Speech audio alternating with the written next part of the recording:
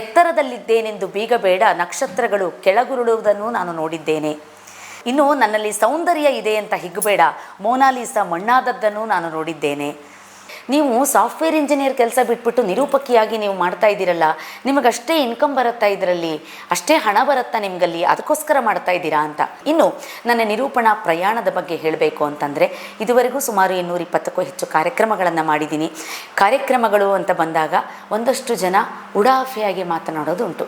ನಿರೂಪಣೆ ಮಾಡೋದು ಒಂದು ಕಲೆನಾ, ಅದು ಒಂದು ಟ್ಯಾಲೆಂಟಾ ಮೇಡಮ್, ಅದಕ್ಕೂ ನಾವು ಒಬ್ಬ ಆ್ಯಂಕರ್ ಅಂತ ಸೆಲೆಕ್ಟ್ ಮಾಡಬೇಕಾ ಅಂತ ಸುಮಾರು ಜನ ಹೀಗೆ ಮಾತನಾಡೋದನ್ನು ನಾನು ಕೇಳಿಸ್ಕೊಂಡಿದ್ದೀನಿ. ಖಂಡಿತವಾಗಲೂ ನಿರೂಪಣೆ ಅನ್ನೋದು ಒಂದು ದೊಡ್ಡ ಕಲೆ. ಯಾಕೆ ಅಂದರೆ ನಿರೂಪಣೆ ನೀವು ಕಾರ್ಯಕ್ರಮಗಳನ್ನು ನೋಡಿರ್ತೀರ. ನಾನು ಸುಮಾರು ವೇದಿಕೆಗಳಲ್ಲಿ, ದೊಡ್ಡ ದೊಡ್ಡ ವೇದಿಕೆಗಳಲ್ಲಿ ಕಾರ್ಯಕ್ರಮ ಮಾಡಿದ್ದೀನಿ. ಗಾಯನ ಸಮಾಜ ಇರಬಹುದು, ಬೆಂಗಳೂರಿನ ಕುವೆಂಪು ಕಲಾಕ್ಷೇತ್ರ ಇರಬಹುದು, ರವೀಂದ್ರ ಕಲಾಕ್ಷೇತ್ರ ಇರಬಹುದು, ಗಾಂಧಿ ಭವನ, ಈ ಥರ ದೊಡ್ಡ ದೊಡ್ಡ ವೇದಿಕೆಗಳಲ್ಲಿ ಸಾಕಷ್ಟು ಕಾರ್ಯಕ್ರಮಗಳನ್ನು ಕೊಟ್ಟಿರುವಂಥ ಅನುಭವ ನನಗಿದೆ. ನಾನು ಏನು ಹೇಳೋದಕ್ಕೆ ಇಷ್ಟಪಡ್ತೀನಿ ಅಂದರೆ, ಖಂಡಿತವಾಗಲೂ ನಿರೂಪಣೆ ಅನ್ನೋದು ಒಂದು ಚಾಲೆಂಜಿಂಗ್ ಟ್ಯಾಲೆಂಟ್ ಇದು. ಯಾಕೆಂದರೆ ನೀವು ಯಾವುದೇ ಕ್ಷೇತ್ರಕ್ಕೆ ಹೋಗಿ ನಿಮಗಲ್ಲಿ ಸ್ಪರ್ಧೆ ಸಿಗುತ್ತೆ. ಇವತ್ತು ಎಲ್ಲ ಕಡೆ ನಿಮಗೆ ಕಾಂಪಿಟೇಟರ್ಸ್ ಸಿಗುತ್ತೆ, ಎಲ್ಲ ಕಡೆ ನಿಮಗೆ ಕ್ರಿಟಿಸೈಸ್ ಮಾಡೋರು ಸಿಗ್ತಾರೆ. ಆದರೆ ಇದೆಲ್ಲವನ್ನು ನೀವು ಸ್ವಲ್ಪ ಬಿಡ್ತಾ ಬರಬೇಕು. ನಾವು ಒಂದು ದೇವಸ್ಥಾನಕ್ಕೆ ಹೋಗಬೇಕಾದ್ರೆ, ಅಥವಾ ಯಾವುದೋ ಒಂದು ಒಳ್ಳೆಯ ಸ್ಥಳಗಳಿಗೆ, ಒಂದು ಸಭೆಗೆ ಹೋಗಬೇಕಾದ್ರೆ, ಮನೆ ಒಳಗೆ ಹೋಗಬೇಕಾದ್ರೆ ಚಪ್ಪಲಿಯನ್ನು ಹೊರಗಡೆ ಇಟ್ಟು ಬರ್ತೀವಲ್ವಾ, ಹಾಗೆ ಆ ನೆಗೆಟಿವ್ ಥಾಟ್ಸ್ನ ನಮ್ಮ ಮನಸ್ಸಿನೊಳಗೆ, ನಮ್ಮ ತಲೆಯೊಳಗೆ ನಾವು ಅದನ್ನು ಯಾವತ್ತೂ ಕೂರಿಸ್ಕೋಬಾರ್ದು. ಇದು ನಿರೂಪಣೆ ಮಾಡುವಂಥವ್ರಿಗೆಲ್ಲರಿಗೂ ಕೂಡ ಬರುವಂಥ ಚಾಲೆಂಜ್ ಬಗ್ಗೆ ನಾನು ಮಾತಾಡ್ತಾ ಇದ್ದೀನಿ. ನಮ್ಗೆ ಎಷ್ಟು ಕಷ್ಟ ಆಗಿರುತ್ತೆ ಈ ಕೆಲಸ ಅಂತಂದರೆ, ವೇದಿಕೆಯಲ್ಲಿ ಮುಖ್ಯ ಅತಿಥಿಗಳನ್ನು ಕೂರಿಸಿರ್ತೀವಿ. ಕೆಲವರು ತುಂಬ ಮಾತಾಡ್ತಾರೆ, ಅದರಲ್ಲಿ ಏನೂ ಅರ್ಥನೇ ಇರೋದಿಲ್ಲ. ಅವ್ರ ಮಾತನ್ನು ನಾವು ನಿಲ್ಲಿಸಬೇಕು, ನಮಗೆ ಆ ಕಲೆ ಗೊತ್ತಿರಬೇಕು, ಅವ್ರ ಮಾತನ್ನು ಹೇಗೆ ನಿಲ್ಲಿಸೋದು ಅಂತ. ಎಲ್ಲಕ್ಕಿಂತ ಹೆಚ್ಚಾಗಿ ಏನು ಗೊತ್ತಾ, ಅಲ್ಲಿ ಕಾರ್ಯಕ್ರಮ ನೋಡೋದಕ್ಕೆ ಅಂತ ಒಂದಷ್ಟು ಜನ, ನಾನು ಸಾವಿರಾರು ಜನ ಇರುವಂಥ ವೇದಿಕೆಯಲ್ಲೂ ಕೂಡ ಕಾರ್ಯಕ್ರಮ ಮಾಡಿದ್ದೀನಿ. ಆ ಜನರನ್ನು ಹಿಡಿದಿಡುವಂಥ ಒಂದು ಚಾಣಾಕ್ಯತನ, ಆ ಶಕ್ತಿ, ಆ ಸಾಮರ್ಥ್ಯ ಆ ನಿರೂಪಕರಿಗೆ ಇರಬೇಕಾಗತ್ತೆ. ಯಾಕೆಂದರೆ ಅಯ್ಯೋ ಇದು ತುಂಬ ಬೋರಿಂಗ್ ಆಗಿದೆ ಕಾರ್ಯಕ್ರಮ, ಬರೀ ಭಾಷಣ ನಡೀತಾ ಇದೆ ಅಥವಾ ಬರೀ ಹಾಡು ನಡೀತಾ ಇದೆ, ಏನೂ ಇಂಟ್ರೆಸ್ಟಿಂಗ್ ಆಗಿಲ್ಲ ಅಂತಂದ್ಬಿಟ್ಟು ಸುಮಾರು ಜನ ಎದ್ದು ಹೋಗುವಂಥ ಸಂಭವ ಕೂಡ ಇರುತ್ತೆ. ಅಂಥ ಎಲ್ಲ ಸಂದರ್ಭದಲ್ಲೂ ಕೂಡ ಯಾರು ಮುಖ್ಯ ಆಗ್ತಾರೆ ಅಂತಂದರೆ, ಆ ಕಾರ್ಯಕ್ರಮದ ಆ್ಯಂಕರ್ಗೆ ಒಂದು ದೊಡ್ಡ ಜವಾಬ್ದಾರಿ ಇರುತ್ತೆ. ಇನ್ನೊಂದೇನು ಅಂದರೆ, ಪ್ರತಿಯೊಂದು ವೇದಿಕೆ ಕೂಡ ನಮಗೊಂದು ಪಾಠ ಆಗುತ್ತೆ. ಪ್ರತಿಯೊಬ್ಬ ಪ್ರೇಕ್ಷಕ ಕೂಡ ಒಂದು ಕಥೆಯನ್ನು ಹೇಳ್ತಾನೆ. ನನಗೆ ಇನ್ನೊಂದು ಹೆಮ್ಮೆ ವಿಷಯ ಏನು ಗೊತ್ತಾ, ಪ್ರತಿ ಕಾರ್ಯಕ್ರಮ ಮುಗಿದಾಗಲೂ ಕೂಡ ಒಂದು ಮಿನಿಮಮ್ಮು, ನಾನು ಆನ್ ಆನ್ ಆ್ಯಾವ್ರೇಜ್ ಅಂತ ತಗೊಂಡಾಗ ಒಂದು 15ರಿಂದ 20 ಜನನಾದರೂ ಬಂದು ನನ್ನ ಕಾರ್ಡ್ ಇಸ್ಕೋತಾರೆ, ನನ್ನ ನಂಬರ್ ತೊಗೋತಾರೆ. ಮೇಡಮ್ ನೀವು ತುಂಬ ಚೆನ್ನಾಗಿ ಮಾತಾಡಿದ್ರಿ, ಹೆಂಗೆ ಸಾಧ್ಯ ನೀವು ಇಷ್ಟು ಚೆನ್ನಾಗಿ ಕನ್ನಡ ಮಾತಾಡೋದಕ್ಕೆ, ಕಾರ್ಯಕ್ರಮ ಚೆನ್ನಾಗಿರಲಿಲ್ಲ, ಆದರೆ ನಿಮ್ಮ ಮಾತಿನಿಂದ ಅದು ಬಹಳ ಯಶಸ್ವಿಯನ್ನು ಕಂಡಿದೆ ಇವತ್ತು. ಈ ಥರದ ಮಾತುಗಳನ್ನು ನನಗೆ ತುಂಬ ಖುಷಿಯಾಗತ್ತೆ. ಏಕೆಂದರೆ ಒಂದು ಕ್ಷೇತ್ರ ಅಂತ ನಾವು ಆಯ್ಕೆ ಮಾಡಿಕೊಂಡಾಗ ಆ ಕ್ಷೇತ್ರದಲ್ಲಿ ಹೆಸರು ಮಾಡಬೇಕು. ಹೆಸರು ಅಂದ ತಕ್ಷಣ ಅದ್ರ ಬಗ್ಗೆನೂ ಹೇಳ್ತೀನಿ ಕೇಳಿ. ಇವಾಗ ಸ್ಯಾಟಿಸ್ಫ್ಯಾಕ್ಷನ್ ಅಥವಾ ಸಕ್ಸಸ್, ಒಂದು ಯಶಸ್ಸು, ಇನ್ನೊಂದು ಸಂತೃಪ್ತಿ, ಎರಡೂ ಇರಬೇಕು ನಮಗೆ. ಯಾವತ್ತೂ ನಾವು ಮಾಡುವಂಥ ಕೆಲಸ, ನಂಗೆ ಸುಮಾರು ಜನ ಕೇಳಿದ್ದಾರೆ, ನೀವು ಸಾಫ್ಟ್ವೇರ್ ಇಂಜಿನಿಯರ್ ಕೆಲಸ ಬಿಟ್ಬಿಟ್ಟು ನಿರೂಪಕಿಯಾಗಿ ನೀವು ಮಾಡ್ತಾ ಇದ್ದೀರಲ್ಲ, ನಿಮಗಷ್ಟೇ ಇನ್ಕಮ್ ಬರುತ್ತಾ, ಇದರಲ್ಲಿ ಅಷ್ಟೇ ಹಣ ಬರುತ್ತಾ ನಿಮಗಲ್ಲಿ, ಅದಕ್ಕೋಸ್ಕರ ಮಾಡ್ತಾ ಇದ್ದೀರಾ ಅಂತ. ಖಂಡಿತ ಇಲ್ಲ. 17 ವರ್ಷ ನಾನು ಸಾಫ್ಟ್ವೇರ್ ಇಂಜಿನಿಯರ್ ಆಗಿ ನಾನು ದುಡ್ದಿದ್ದಾಯಿತು, ಮನೆ ಮಕ್ಕಳು ಸಂಸಾರ ಅಂತ ನೋಡ್ಕೊಂಡಿದ್ದಾಯಿತು. ಈಗ ನನ್ನ ಪ್ರವೃತ್ತಿಯನ್ನು, ನನಗೇನು ಇಷ್ಟನೋ, ನಾನು ಚಿಕ್ಕವಳಿದ್ದಾಗಿಂದ ನನಗೆ ಯಾವ ವಿಷಯವನ್ನು ತುಂಬ ಇಷ್ಟಪಟ್ಟು ನಾನು ಆಯ್ಕೆ ಮಾಡಿಕೊಂಡಿದ್ದೆ. ನಾನು ಇಂಜಿನಿಯರಾಗಿ ಕೆಲಸ ಮಾಡ್ತಿರ್ಬೇಕಾದ್ರೂ ಕೂಡ ಕಂಪ್ಯೂಟರ್ ಮುಂದೆ ಕೂತಾಗ ನನ್ನ ಮನಸ್ಸೆಲ್ಲ ಕನ್ನಡದ ಬಗ್ಗೆ, ಮಾತುಗಳ ಬಗ್ಗೆ, ವಾಕ್ಚಾತುರ್ಯದ ಬಗ್ಗೆನೇ ನನ್ನ ಮನಸ್ಸು ಹೊರಳಾಡ್ತಾ ಇತ್ತು. ಅದ್ರ ಸುತ್ತಮುತ್ತನೇ ನನ್ನ ಮನಸ್ಸು ಯಾವಾಗಲೂ ಹೇಳ್ತಾ ಇತ್ತು, ಇದಲ್ಲ ನಿನ್ನ ಕ್ಷೇತ್ರ ಅಂತ. ನನ್ನದಲ್ಲದೇ ಇರುವಂಥ ಕ್ಷೇತ್ರದಲ್ಲಿ ನಾನು ಕಾರಣಾಂತರಗಳಿಂದ 17 ವರ್ಷ ಕೆಲಸ ಮಾಡಿದ್ದಾಯಿತು. ಹೌದು, ಅದರಲ್ಲಿ ಬರುವಂತಹ ಒಂದು ಆದಾಯ ಇರಬಹುದು, ಹಣ ಇರಬಹುದು, ಅದು ನನಗೆ ಈ ಕ್ಷೇತ್ರದಲ್ಲಿ ಖಂಡಿತವಾಗ್ಲೂ ಸಿಗೋದಿಲ್ಲ. ಎಲ್ಲರಿಗೂ ಗೊತ್ತಿರುವಂಥ ವಿಚಾರ. ನಾವು ಕಲೆ ಅಂತ ಒಂದು ಆಯ್ಕೆ ಮಾಡಿಕೊಂಡಾಗ ಹಣದ ಪ್ರಾಮುಖ್ಯತೆ ಕಮ್ಮಿ ಆಗ್ತಾ ಹೋಗುತ್ತೆ. ಯಾಕೆ ಅಂತಂದರೆ, ನಮಗೆ ಜನ ಐಡೆಂಟಿಫೈ ಮಾಡ್ತಾರೆ. ನಮ್ಮಲ್ಲಿರುವಂಥ ಎಷ್ಟೋ ವಿಚಾರಗಳನ್ನು ನಾವು ಜನರೊಂದಿಗೆ ಹಂಚ್ಕೋತೀವಿ, ನಮ್ಮಲ್ಲಿರುವಂಥ ಕಲೆಯನ್ನು ಹೊರಗಡೆ ಹಾಕ್ತೀವಿ. ಸಮಾಜದ ಜೊತೆ, ಸಮುದಾಯದ ಜೊತೆ, ಜನರ ಜೊತೆ ನಾವು ಒಂದು ಸಂಪರ್ಕವನ್ನು ಇಟ್ಕೋತೀವಿ, ಒಂದು ಸೇತುವೆಯಾಗಿ ಕೆಲಸ ಮಾಡ್ತಾ ಹೋಗ್ತೀವಿ. ಇದೆಲ್ಲ ನಮಗೆ ಸಿಗೋದು ನಮ್ಮಲ್ಲಿರುವಂಥ ಈ ಪ್ರವೃತ್ತಿಯಲ್ಲಿ ಮಾತ್ರ ಸಾಧ್ಯ. ಆದ್ದರಿಂದ ನಾನು ನನ್ನ ಕೆಲಸವನ್ನು, ಆದಾಯವನ್ನು, ಹಣವನ್ನು ಯಾವುದಕ್ಕೂ ಕೂಡ ಹೋಲಿಕೆ ಮಾಡಿ ನೋಡೋದಕ್ಕೆ ಇಷ್ಟಪಡೋದಿಲ್ಲ. ನಮಗೆ ಎಲ್ಲಕ್ಕಿಂತ ಮಿಗಿಲಾಗಿ ಎಂಡ್ ಆಫ್ ದಿ ಡೇ ಅಂತ ಬಂದಾಗ ಒಂದು ಆತ್ಮಸಂತೋಷ, ಆತ್ಮಸಂತೃಪ್ತಿ ಅನ್ನೋದು ಬಹಳ ಮುಖ್ಯ ಆಗುತ್ತೆ. ಅದು ನಮಗಿಷ್ಟ ಇರುವಂಥ ಕ್ಷೇತ್ರದಲ್ಲಿ ಮಾತ್ರ ಸಿಗುತ್ತೆ. ಈಗ ನಾನು ಆಗಲೇ ನಿಮ್ಗೆ ಹೇಳಿದ ಹಾಗೆ ಪ್ರತಿಯೊಂದು ಕ್ಷೇತ್ರದಲ್ಲೂ ನಮಗೆ ಚಾಲೆಂಜಸ್ ಅಂತ ಬರ್ತಾ ಹೋಗುತ್ತೆ, ಸವಾಲುಗಳು ಎಲ್ಲ ಕ್ಷೇತ್ರದಲ್ಲೂ ಇರುತ್ತೆ, ನಮ್ಮ ಕ್ಷೇತ್ರದಲ್ಲೂ ಕೂಡ ಇದೆ. ನನಗೆ ಒಂದಷ್ಟು ಆದಂಥ ಅನುಭವಗಳನ್ನು ನಿಮ್ಮ ಜೊತೆ ಹಂಚ್ಕೊಳ್ಳೋದಕ್ಕೆ ಇಷ್ಟಪಡ್ತೀನಿ. ಈಗ ಕಾರ್ಯಕ್ರಮಗಳು ಅಂತ ಬಂದಾಗ ನಾನೀಗ ಒಂದು ತಿಂಗಳಲ್ಲಿ ಆನ್ ಆನ್ ಆ್ಯಾವ್ರೇಜ್ ನಾನೊಂದು 25ರಿಂದ 26 ದಿನವೂ ಕಾರ್ಯಕ್ರಮ ಇರುತ್ತೆ ಸಾಮಾನ್ಯವಾಗಿ. ಮುಂಚೆ ನನಗೆ ಆರಂಭದ ದಿನಗಳಲ್ಲಿ ಬರೀ ವೀಕೆಂಡ್ಸ್ ಅಥವಾ ಸ್ಯಾಟರ್ಡೇ ಸಂಡೇ ಮಾತ್ರ ಕಾರ್ಯಕ್ರಮಗಳಿತ್ತು. ಬಟ್ ಈಗ ನನಗೆ ಒಂದು ಕಾರ್ಯಕ್ರಮಕ್ಕೆ ಹೋದರೆ ಅಲ್ಲೇ ನನಗೊಂದು 3-4 ಕಾರ್ಯಕ್ರಮಕ್ಕೆ ಬುಕ್ ಮಾಡ್ಕೊಂಡು ಬಿಡ್ತಾರೆ. ಆ ರೀತಿಯಲ್ಲಿ ಒಂದು ನಿರೂಪಣಾ ಕ್ಷೇತ್ರದಲ್ಲಿ ನನಗೆ ಒಂದು ಅನುಭವ ಆಗಿದೆ. ಇನ್ನು ಚಾಲೆಂಜಸ್ ಅಂತಂದರೆ ಎಷ್ಟೋ ಕಾರ್ಯಕ್ರಮಗಳಲ್ಲಿ ಆರ್ಗನೈಸರ್ಸ್ ಏನು ಮಾಡ್ತಾರೆ ಅಂತಂದರೆ ನಮಗೆ ಮುಂಚೆ ತಿಳಿಸಿರ್ತಾರೆ ಈ ಥರ ಯಾರ್ಯಾರು ಗೆಸ್ಟ್ ಬರ್ತಾರೆ ಅಂತ, ಇನ್ವಿಟೇಷನನ್ನು ಕೂಡ ನಮಗೆ ಶೇರ್ ಮಾಡಿರ್ತಾರೆ, ಅಜೆಂಡಾ ಏನು ಅಂತ ನಮಗೆ ತಿಳಿಸಿರ್ತಾರೆ. ಆದರೆ ಒಂದು 70-80% ಕಾರ್ಯಕ್ರಮಗಳನ್ನು ತಗೊಂಡಾಗ 70-80% ಕಾರ್ಯಕ್ರಮಗಳಲ್ಲಿ ನಮಗೆ ಏನೂ ವಿಷಯನೇ ಗೊತ್ತಿರೋದಿಲ್ಲ, ಆಯಿತಾ? ಏಕೆಂದರೆ ಆ ಥರದ ಆರ್ಗನೈಸರ್ಸು ಇದ್ದಾರೆ, ಆ ಥರದ ಕಾರ್ಯಕ್ರಮಗಳನ್ನು ಮಾಡೋರು ಇದ್ದಾರೆ. ಸಡನ್ನಾಗಿ ನಮ್ಮನ್ನು ಕರೆದುಬಿಡ್ತಾರೆ, ಮೇಡಮ್ ನೀವು ತುಂಬ ಚೆನ್ನಾಗಿ ನಿರೂಪಣೆ ಮಾಡ್ತೀರಾ, ನಮಗೆ ನೀವೇ ನಿರೂಪಣೆ ಮಾಡಿಕೊಡ್ಬೇಕು, ನಮ್ಮ ಕಾರ್ಯಕ್ರಮವನ್ನು ನಡೆಸ್ಕೊಡ್ಬೇಕು, ದಯಮಾಡಿ ಬಂದುಬಿಡಿ, ಇವತ್ತು ಸಂಜೆನೇ ಇದೆ ಅಥವಾ ನಾಳೆ ಬೆಳಗ್ಗೆ ಇದೆ ಅಂತ ಅವ್ರ ಹತ್ರ ನಾವು ರಿಕ್ವೆಸ್ಟ್ ಮಾಡಿಕೊಂಡ್ರೂ, ಏಕೆಂದರೆ ಅವರಿಗೆ ಒಬ್ಬ ನಿರೂಪಕರ ಸವಾಲುಗಳೇನು ಅಂತ ಅವ್ರಿಗೆ ಗೊತ್ತಿರೋದಿಲ್ಲ. ನಿರೂಪಣೆ ಅಂದರೆ ನಾನು ಹೇಳಿದಾಗೆ ತುಂಬ ಜನ ಬಹಳ ಪ್ಲೇನಾಗಿ ಒಂದು ಈಸಿಯಾಗಿ ತೊಗೊಂಡ್ಬಿಟ್ಟಿರ್ತಾರೆ. ಆ ಆರ್ಗನೈಸರ್ಸು ಅಷ್ಟೇ, ಮೇಡಮ್ ನಾಳೆ ಬರ್ತೀರಲ್ಲ ಬಿಡಿ, ಅಲ್ಲೇ ಇನ್ವಿಟೇಷನ್ ಕೊಡ್ತೀನಿ ಅಂತಂತಾರೆ. ಈ ಥರದ್ದು ಸಾಕಷ್ಟು ಕಾರ್ಯಕ್ರಮಗಳನ್ನು ನಾನು ಫೇಸ್ ಮಾಡಿದ್ದೀನಿ. ಆದರೆ ನಾವು ವೇದಿಕೆಯನ್ನು ಹತ್ತಿದಾಗ, ಮೈಕ್ ಮುಂದೆ ನಿಂತಾಗ ಹೇಗಿರಬೇಕು, ನಮಗೆ ಆ ಕಾರ್ಯಕ್ರಮವನ್ನು ನಾವು ಹೇಗೆ ನಡೆಸ್ಕೊಡ್ಬೇಕು, ನಮ್ಗೆ ಏನೂ ಗೊತ್ತಿಲ್ಲ, ಇನ್ವಿಟೇಷನ್ ನಮ್ಮ ಮುಂದೆ ಇದೆ. ಅಂಥ ಸಂದರ್ಭದಲ್ಲಿ ನಾನೊಂದು ಬೇಸಿಕ್ ವಿಷಯವನ್ನು ಹೇಳೋದಕ್ಕೆ ಇಷ್ಟಪಡ್ತೀನಿ.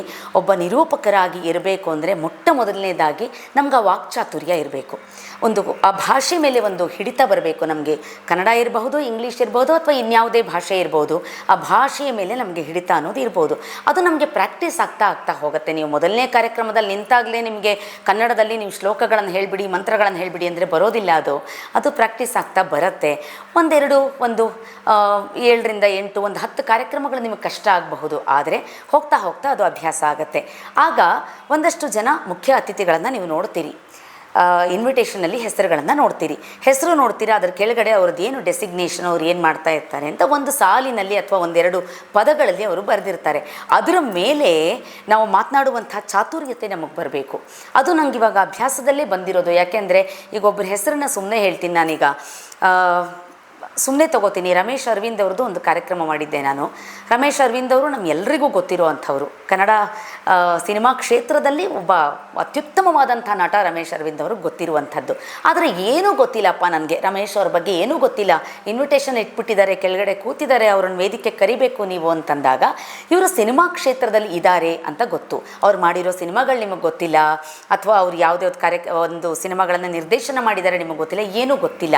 ಆಗ ಸ್ವಲ್ಪ ಜನರಲ್ಲಾಗಿ ಮಾತಾಡುವಂಥ ಒಂದು ನಾಲೆಡ್ಜ್ ನಮ್ಮಲ್ಲಿರಬೇಕು, ಆ ಜ್ಞಾನ.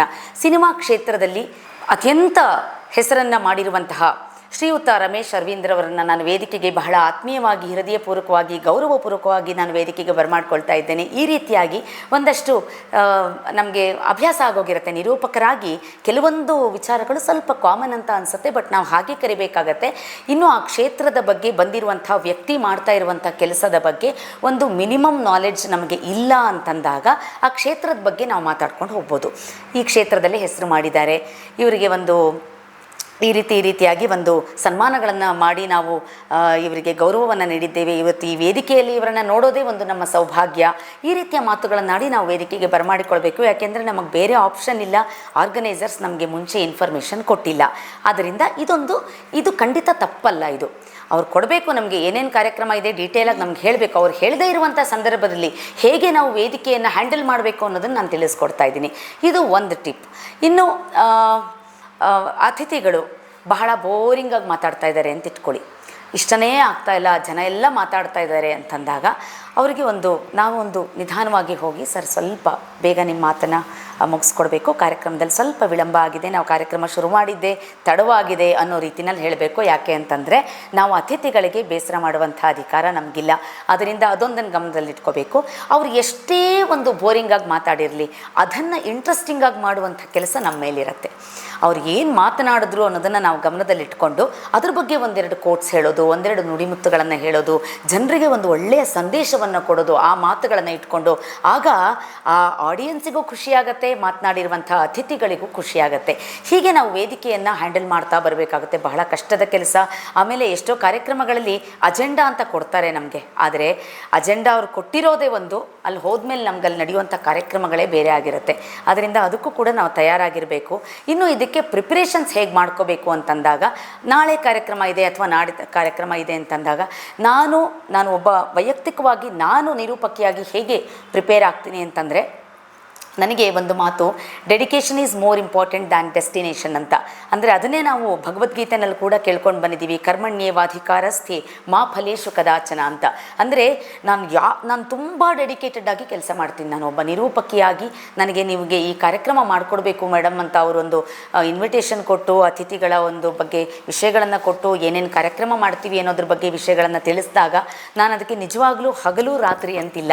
ಯಾಕೆಂದರೆ ನನಗೊಬ್ಬ ಚಿಕ್ಕ ಮಗನೂ ಇದ್ದಾನೆ, ಅವನನ್ನು ಮ್ಯಾನೇಜ್ ಮಾಡಿಕೊಂಡು, ದೊಡ್ಡವರಿಬ್ಬರು ಮಕ್ಕಳಿದ್ದಾರೆ, ಎಲ್ಲ ಮ್ಯಾನೇಜ್ ಮಾಡಿಕೊಂಡು ನಾನು ಈ ಕಾರ್ಯಕ್ರಮಕ್ಕೆ ಪ್ರಿಪೇರ್ ಆಗೋದು ಕೂತ್ಕೊಳ್ಳೋದೇ ತುಂಬ ಕಮ್ಮಿ ಸಮಯ. ಆದರೂ ಕೂಡ ರಾತ್ರಿ ಆದರೂ ಪರವಾಗಿಲ್ಲ, ನಾನು ಒಂದು ಕಾರ್ಯಕ್ರಮ ಶ್ರೀಯುತ ಇವರು ಆರ್ ವಿ ದೇಶಪಾಂಡೆ ಅವ್ರದ್ದು ಕಾರ್ಯಕ್ರಮ ಒಂದು ಮಾಡಿದ್ವಿ ನಾವು ಗಾಯನ ಸಮಾಜದಲ್ಲಿ. ಶ್ರೀನಾಥ್ ಅವರು ಬಂದಿದ್ದರು, ಕನ್ನಡದ ನಟ ಶ್ರೀನಾಥ್ ಅವರು, ರೇವತಿ ಕಾಮತ್ ಅವರಿದ್ದರು, ಆಮೇಲೆ ವಿಜಯ್ ಸಂಕೇಶ್ವರ್ ಅವರು, ಈಗ ದೊಡ್ಡ ದೊಡ್ಡ ವ್ಯಕ್ತಿಗಳಿದ್ದಂಥ ಕಾರ್ಯಕ್ರಮ.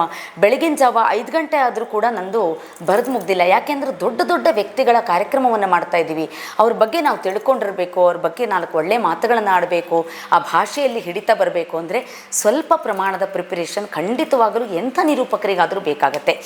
ಸಮಯ ಇಲ್ಲದೇ ಇದ್ದಾಗ ಏನು ಮಾಡಬೇಕು ಅಂತ ನಾನು ಹೇಳಿದೆ. ಇನ್ನು ನಮಗೆ ಸಮಯ ಸಿಕ್ಕಾಗ ಕೂತ್ಕೊಂಡು ಖಂಡಿತವಾಗಲೂ ನಾವು ಪ್ರಿಪರೇಷನ್ ಮಾಡಬೇಕಾಗತ್ತೆ. ಒಂದು ಬೇಕಾದಂಥ ತಯಾರಿಯನ್ನು ನಡೆಸಿದ್ರೆ ಒಂದು ಉತ್ತಮವಾದಂಥ ಕಾರ್ಯಕ್ರಮವನ್ನು ನಾವು ಜನರಿಗೆ ಖಂಡಿತವಾಗಲೂ ಕೊಡಬಲ್ಲೆವು ಅನ್ನುವಂಥದ್ದು ನನ್ನ ಅನಿಸಿಕೆ. ಇನ್ನು ಯಾರಾದರೂ ಕೂಡ ನೀವು ನಿರೂಪಕರಾಗಬೇಕು, ನಾವು ಸ್ಟೇಜನ್ನು ಫೇಸ್ ಮಾಡಬೇಕು, ನಮ್ಗೆ ಆ ಧೈರ್ಯ ಇಲ್ಲ ಅಂತಂದಾಗ ಖಂಡಿತವಾಗಲೂ ನಿಮ್ಗೆ ಆ ವಾಕ್ಚಾತುರ್ಯ ನಿಮ್ಮಲ್ಲಿ ಇದೆ ಅಂದರೆ ಒಂದಷ್ಟು ಸಾಹಿತ್ಯದ ಪುಸ್ತಕಗಳನ್ನು ಓದಿ. ನಾನು ಜನರಿಗೆ ಕೊಡುವಂಥ ಮತ್ತೊಂದು ಸಂದೇಶ ಅಂತಂದರೆ, ದಯಮಾಡಿ ಪುಸ್ತಕಗಳನ್ನು ಓದಿ. ನಮಗೆ ಜೀವನದಲ್ಲಿ ಮೋಸ ಮಾಡದೇ ಇರುವಂಥ 2 ವಿಷಯಗಳು ಅಂದರೆ, ಒಂದು ನಮ್ಮನ್ನು ಹೆತ್ತ ತಂದೆ ತಾಯಿಗಳು, ಇನ್ನೊಂದು ನಾವು ಓದಿದಂಥ ಪುಸ್ತಕಗಳು. ನಾವು ಓದಿರುವಂಥ ಪುಸ್ತಕಗಳು ಇವತ್ತು ಈ ಮೊಬೈಲ್ ಪ್ರಪಂಚಕ್ಕೆ ಬಂದು ನಾವು ಪುಸ್ತಕಗಳನ್ನು ಮುಟ್ಟೋದೇ ಅಪರೂಪ ಆಗೋಗಿದೆ. ದಯಮಾಡಿ ಈಗಿನ ಪೀಳಿಗೆಯ ಮಕ್ಕಳು ಪುಸ್ತಕಗಳನ್ನು ಓದಿ, ಸಾಹಿತ್ಯದ ಪುಸ್ತಕಗಳನ್ನು ಓದಿ. ಎಂತೆಂಥ ಸಾಹಿತ್ಯ, ಶ್ರೀಮಂತ ಸಾಹಿತ್ಯವನ್ನು ಕನ್ನಡ ಸಾಹಿತ್ಯ ಲೋಕಕ್ಕೆ ಕೊಟ್ಟು ಹೋಗಿದ್ದಾರೆ SL ಭೈರಪ್ಪನವರು. ನಮಗೆ 8 ಜ್ಞಾನಪೀಠ ಪ್ರಶಸ್ತಿ ಬಂದಿದೆ. ನಾನು ಈ ಸಾಹಿತ್ಯ ಅಂತ ಬಂದಾಗ ನನಗೆ ತುಂಬ ಒಂದು ಇನ್ಸ್ಪಿರೇಷನ್ನು ಅಂತಂದರೆ, ಒಂದು DVG ಅವರು, ಮತ್ತೊಂದು ದ ರಾ ಬೇಂದ್ರೆ ಅವರು. ದ ರಾ ಬೇಂದ್ರೆ ಅವ್ರನ್ನ ಯಾಕೆ ನೆನಪಿಸ್ತೀನಿ ಅಂತಂದರೆ, ನೀವು ಅವ್ರ ಬಗ್ಗೆ ತಿಳ್ಕೊಂಡಿಲ್ಲ ಅಂದರೆ ಅವರ ವೈಯಕ್ತಿಕ ಜೀವನವನ್ನು, ಅವರ ಸಾಹಿತ್ಯದ ಕೊಡುಗೆಯನ್ನು ಒಂದು ಸಲ ಹೋಗಿ ಓದಿ ನೋಡಿ ನೀವು. ಏಕೆಂದರೆ ಇಡೀ ಜೀವನದಲ್ಲಿ ಕೊನೆಯವರೆಗೂ ಕೂಡ ಬರೀ ನೋವನ್ನೇ ತಿಂದು ಅಮೃತವನ್ನು ನಮ್ಮ ಸಾಹಿತ್ಯ ಲೋಕಕ್ಕೆ ಉಣಬಡಿಸಿರುವಂಥ ಒಬ್ಬ ಲೇಖಕ, ಸಾಹಿತಿ, ಬರಹಗಾರ ಅಂದರೆ ಅದು ದ ರಾ ಬೇಂದ್ರೆ ಅವರು. ಇನ್ನು DVG ಅವ್ರ ಬಗ್ಗೆ ನಾವು ಮಾತನಾಡೋದೇ ಬೇಡ. ಬಹಳ ಸರಳ ವ್ಯಕ್ತಿತ್ವದ ಒಬ್ಬ ವ್ಯಕ್ತಿ. ಒಳ್ಳೊಳ್ಳೆ ಮಂಕುತಿಮ್ಮನ ಕಗ್ಗ, ಮರಳ ಮುನಿಯನ ಕಗ್ಗನಂತಹ ಒಂದು ಕಾವ್ಯಗಳನ್ನು ನಮ್ಮ ಕನ್ನಡ ಸಾಹಿತ್ಯ ಲೋಕಕ್ಕೆ ಕೊಟ್ಟಿದ್ದಾರೆ. ಎಲ್ಲರೂ ಇದ್ದಾರೆ, ಕುವೆಂಪು, ಬೇಂದ್ರೆ, ಕಾರಂತರು, ಮಾಸ್ತಿ, ಗಿರೀಶ್ ಕಾರ್ನಾಡ್ ಅವರು, ಅನಂತಮೂರ್ತಿ, ಚಂದ್ರಶೇಖರ್ ಕಂಬಾರ್, ಇದಕ್ಕೆ ಕೊನೆಯೇ ಇಲ್ಲ. ಆದರೆ ನನಗೆ ಇನ್ಸ್ಪಿರೇಷನ್ ಆಗಿರುವಂಥ ಹೆಸರುಗಳನ್ನು ನಾನು ಈ ಸಂದರ್ಭದಲ್ಲಿ ತಗೊಳ್ಳೋದಕ್ಕೆ ಇಷ್ಟಪಡ್ತೀನಿ. ಬೇಂದ್ರೆ ಅವರು, DVG ಅವರು. ಹೀಗೆ ಪುಸ್ತಕಗಳನ್ನು ಓದಿದಾಗ ನಿಮಗೆ ಆ ಭಾಷೆ ಬಗ್ಗೆ ಹಿಡಿತಾ ಬರುತ್ತೆ, ನಿಮಗೊಂದಷ್ಟು ಒಳ್ಳೊಳ್ಳೆ ವಿಚಾರಗಳು ಗೊತ್ತಾಗುತ್ತೆ. ಅದನ್ನೆಲ್ಲ ನೀವು ನಿರೂಪಣೆ ಮಾಡುವಂಥ ಸಂದರ್ಭದಲ್ಲಿ ಬಹಳ ಎಫೆಕ್ಟಿವ್ ಆಗಿ ನೀವು ಅದನ್ನು ಬಳಸ್ಕೋಬಹುದು.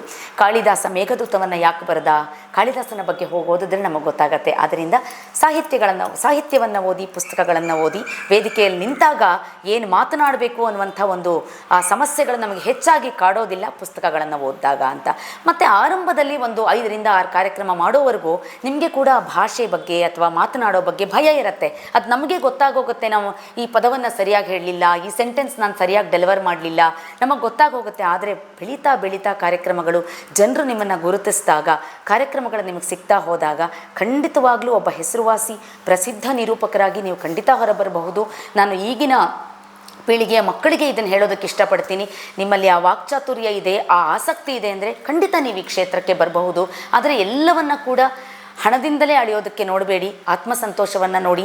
ಪ್ಯಾಷನ್ ಅಂತ ಆರಂಭ ಮಾಡಿರುವಂಥ, ಪ್ರವೃತ್ತಿ ಅಂತ ಆರಂಭ ಮಾಡಿರುವಂಥ ಈ ಒಂದು ಕ್ಷೇತ್ರವನ್ನು ನೀವು ಮುಂದೆ ಪ್ರೊಫೆಷನ್ ಆಗಿ ಖಂಡಿತವಾಗ್ಲೂ ಆಯ್ಕೆ ಮಾಡ್ಕೋಬಹುದು. ಆಮೇಲೆ ಇನ್ನೊಂದು ವಿಷಯ ಅಂತಂದರೆ, ನಾವು ಒಂದು ವೃತ್ತಿಯಲ್ಲಿರ್ತೀವಿ, ಆ ವೃತ್ತಿಗೆ ನಿವೃತ್ತಿ ಇರುತ್ತೆ, ಆದರೆ ಪ್ರವೃತ್ತಿಗೆ ಯಾವತ್ತೂ ಕೂಡ ನಿವೃತ್ತಿ ಅನ್ನೋದೇ ಇಲ್ಲ, ಅದಕ್ಕೆ ರಿಟೈರ್ಮೆಂಟೇ ಇಲ್ಲ.